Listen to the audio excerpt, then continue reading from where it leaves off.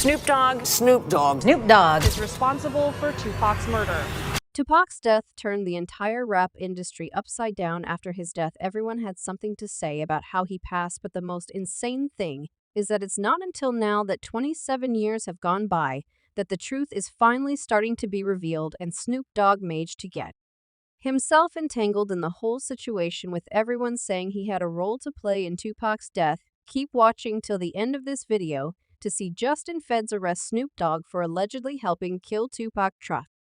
You don't want to miss this. Before we get into the video, I want to give a quick shout out to the #1 celebrity jeweler, the Ice Champ. The Ice Champ is doing a special deal for the next 24 hours on diamond watches, chains, and more. Follow at the Ice Champ on Instagram now. Tupac death on the night of September 7, 1996. Tupac was in Las Vegas, Nevada, to celebrate his business partner Tracy Daniel Robinson's birthday and to attend the Bruce Seldon vs. Mike Tyson boxing match with Suge Knight.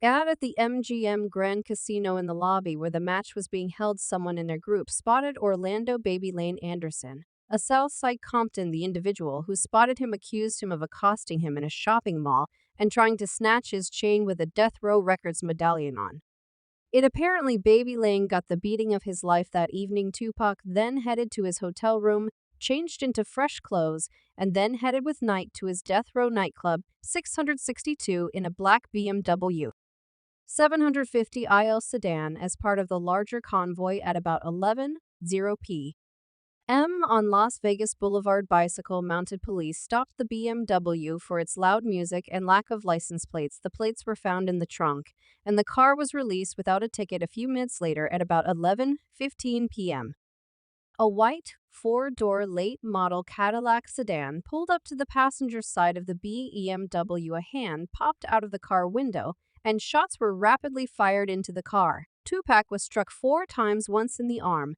once in the thigh, and twice in the chest, with one bullet entering his right lung. Shards hit Knight's head, leaving him wounded. Despite his injuries, Knight drove Tupac and himself a mile from the crime scene to Las Vegas Boulevard in Harmon Avenue. Tupac was taken to the University Medical Center of Southern Nevada, where he was heavily sedated and put onto life support. Tupac died of respiratory failure that followed a cardiac arrest due to the removal of his right lung while in the critical care unit on the afternoon of Friday, September 13, 1996. Doctors tried to resuscitate him, but were unable to halt the bleeding. At 4:03 p.m., he was pronounced dead. Snoop Dogg speaks about his hate for Suge Knight. For a long time, Snoop Dogg and Suge Knight were unable to tolerate each other's presence. Though Snoop Dogg was signed to Death Row Records, which was managed by Suge Knight, they were always having misunderstandings, which eventually led to a beef that lasted for years. Snoop Dogg eventually shed some light on how the long-lasting beef came to an end in an interview back in 2016. On The Breakfast Club, Snoop Dogg spoke about how he and Suge Knight had squashed their beef that had gone on for years. In the interview, when he was asked how things were with him at night, he got an irritated expression on his face and said, "We real cool. We had a long 3-4 hour conversation. One time when I seen him, I was kind of slipping, doing what I wasn't supposed to be doing, and he slid up behind me, and instead of me reacting the wrong way, I just went into my regular mode, and I'm gonna lay up boo to the side and you can go upstairs and meet." And we got caught up on some real love. In another interview with Big Boy on his Big Boy's Neighborhood podcast, Snoop Dogg unexpectedly gave his former boss Suge Knight his flowers, praising him for changing his life by signing him to Death Row Records. On the podcast, Snoop Dogg explained that he and Suge Knight could never really agree on anything. Most of the decisions were made by Knight, and everyone else was bullied into conforming to those decisions. Snoop added that Tupac was the one Suge Knight didn't bully into doing things, and that got the Dogg father really angry. He blamed Knight for his not-so-friendly relationship with Tupac. He also explained that if someone else had been running things at Death Row Records, things would have been smoother between him and Tupac before his death. He also emphasized the fact that he was really happy with himself for patching things up with Tupac just before he died. Snoop Dogg talks about his final moment with Tupac. Tupac and Snoop Dogg were great friends from the West Coast rap scene. During the 2012 Coachella Festival, Snoop got his wish to perform one more time with Tupac. Thanks to state-of-the-art technology in the concert, there was a hologram of the late rapper performing in front of a floored crowd. Snoop wore some old-school attire to remember the good old days from the 9s, but fans had never really had a chance to hear about the moment when Snoop Dogg got to say his actual final goodbyes to the legendary rapper when he was on the verge of death. In fact, Snoop did get to see him one last time in an unresponsive state, with tubes coming out of his body during an episode of Impulsive with Logan Paul. The veteran rapper got to talk about those final moments on how Tupac's mother encouraged him to be strong. Suge got shot in the head. He was sitting up here talking to us. Snoop Dogg explained, when we drive to Vegas to seek, we got to Suge's house first. So we haven't even seen Tupac, we just talking to Suge and he got the head wrapped up, and he telling us what happened at the time of Tupac's hospitalization.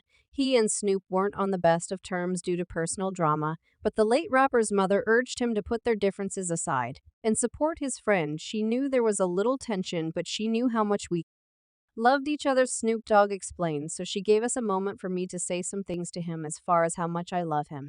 But I knew that was going to be my last time speaking with him. Snoop Dogg a huge power play when he purchased the infamous Death Row Records in 2022. Friends and fans were very congratulatory story toward the Dogg father, and there was a lot of interest in wondering what new ideas he would bring to the infamous label. One of those ideas was a hint about a collaboration with former foe Bad Boy Records. Snoop dropped a short film to coincide with his studio album Back on Death Row, and there's a part in the movie where the West Coast legend got a FaceTime call with Diddy the Beat.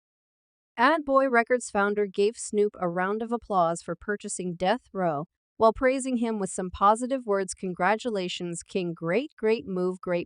Diddy said before Snoop replied, you taught me how to play chess, not checkers. Diddy called Snoop Dogg one of his greatest students and told him he couldn't wait to have a sit down to hear everything new that might be in store for Death Row. Snoop added that he appreciated all the time they spent talking about ownership and major plays before hinting at a future Bad Boy Death Row Records collaboration. Now we can do what we want to do, Death Row and Bad Boy. We've been doing it, Snoop Dogg said. Come on, Puff. I'm going to put it in the air. Quit playing with me. I'm going to put it in the air. We left hanging. If Diddy and Snoop managed to get an official collaboration done between the two labels, it would be a history-making moment. The beef between Bad Boy Records and Death Row Records changed hip-hop forever, as it pitted West Coast and East Coast against each other. Tupac and the Notorious B.I.G. would lose their lives due to the East Coast-West Coast feud, and their deaths still reverberate widely to this day. Tupac's death turned the entire rap industry upside down. After his death, everyone had something to say about how he passed, but the most insane thing is that it's not until now, that 27 years have gone by, that the truth is finally starting to be revealed, and Snoop Dogg managed to get himself entangled in the whole situation with everyone